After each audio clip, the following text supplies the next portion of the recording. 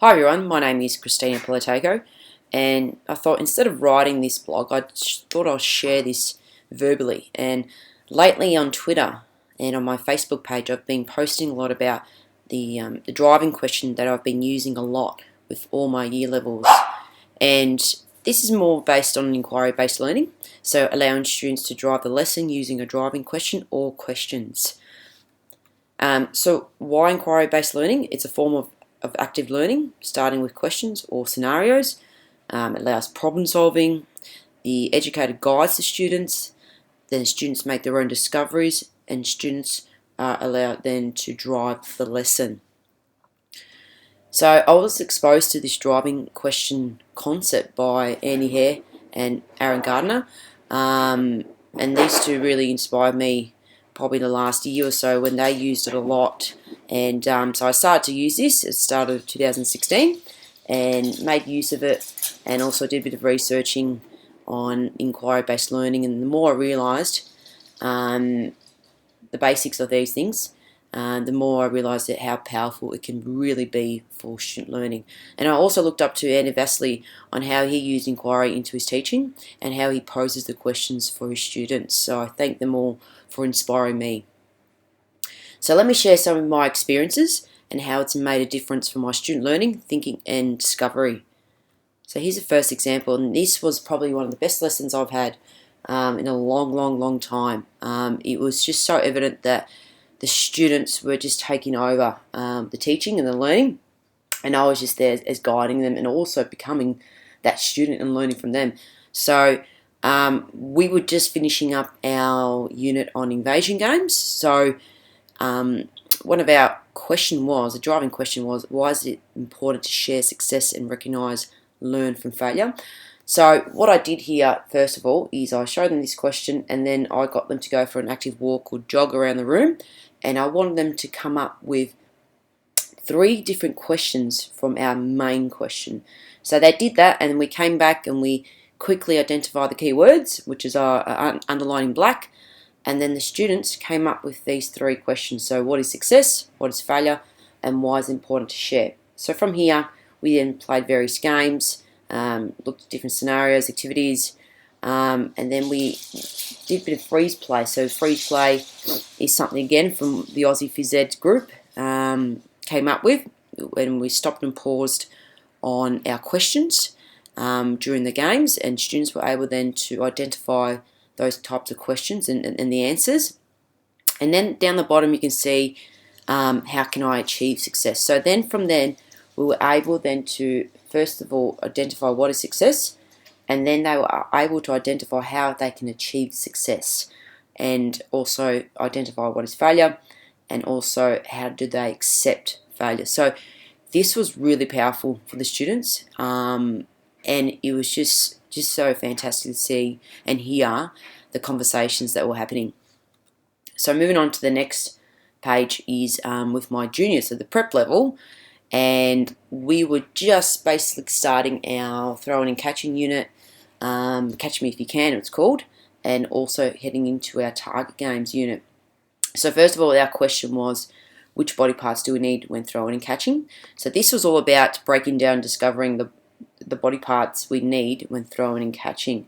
So I got them just to use a beanbag, and all I wanted for them to do is to throw and catch, run around, and get used to that beanbag, but then also for them to understand and learn what body parts do they need when throwing and catching. So they identified that they need their eyes, hands and feet, and then I put them that question is why and how. So again, we went to did some rotations with activities, and then we, as a reflection, we were able to answer these questions of how and why. So you can see, for example, the students needed their eyes to see, and how they're going to use their eyes, and by looking at the ball and the target.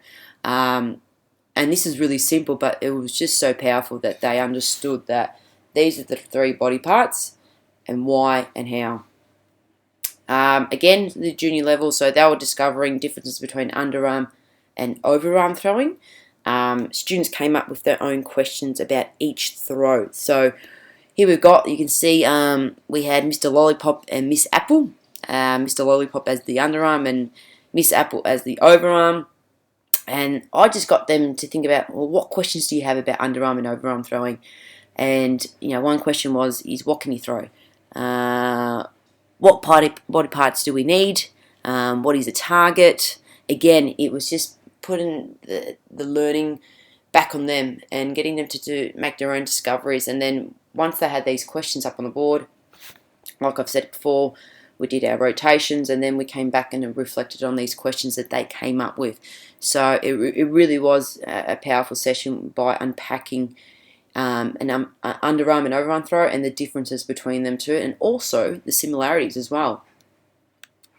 And just an example as well, where students, they're creation and student driven, creating their own little targets using the underarm or overarm throw.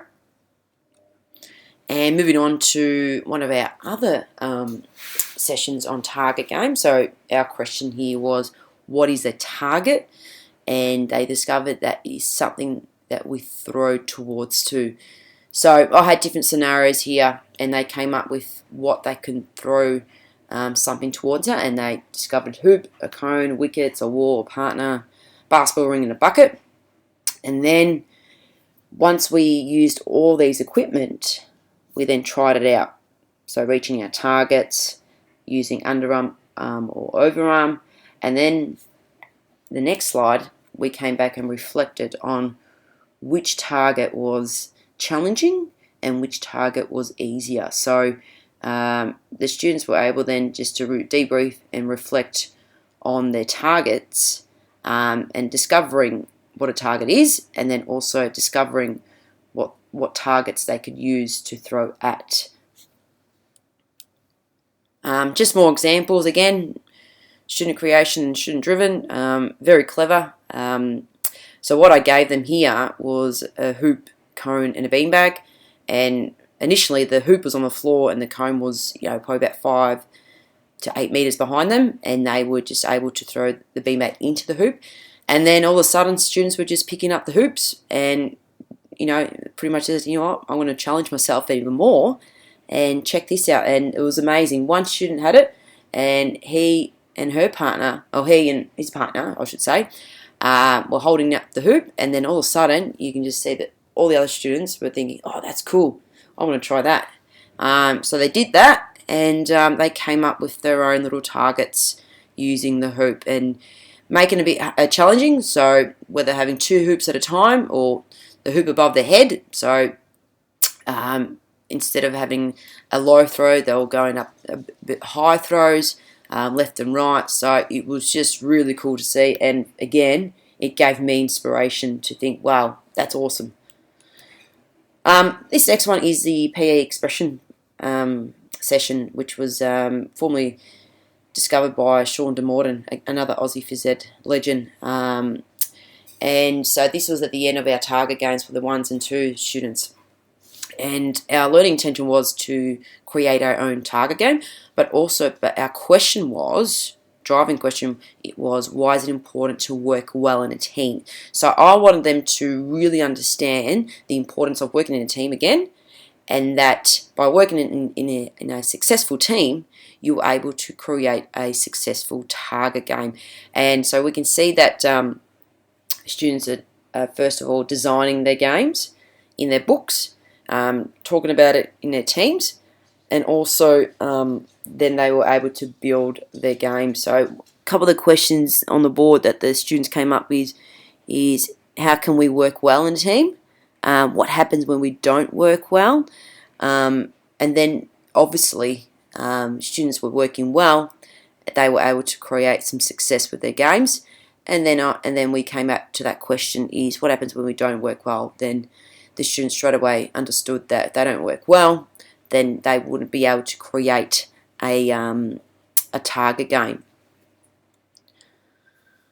Now this slide is connecting text with the inquiry. So I'm a really big fan of connecting text. It's just a different way of learning and engaging the students. So here's an example where we were watching Goldilocks and Three Bears, and you may ask, how is this text related to throwing and catching and target games? So our question was, what is accuracy? And so we broke it down with accuracy and without accuracy. So they discovered that Goldilocks ate the bear's food, and therefore the students were challenged to feed the bear. So they needed to feed the bears by rolling or throwing the food to the bears with accuracy. Students then discovered that the bears would be hungry and angry if they didn't throw the food with accuracy. So in that bottom right picture, so I had a little pole with a bear on it and a hoop around it. So the students need to throw that beanbag with accuracy to the bear inside the hoop. Again, it's just another way of engaging our students and allowing them to visualize that the bears are hungry, so I need to do my best to make sure I get the food to them straight away.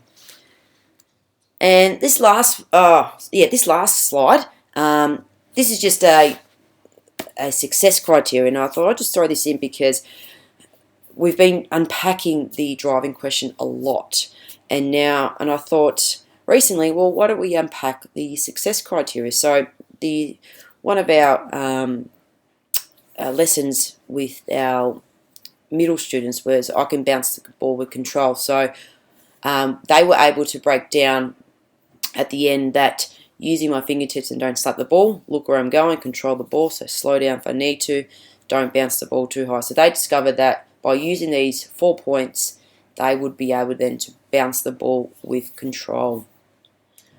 So thank you for listening. It's just a different way to express my learnings and discoveries instead of just typing it up and flick it onto on a Word document.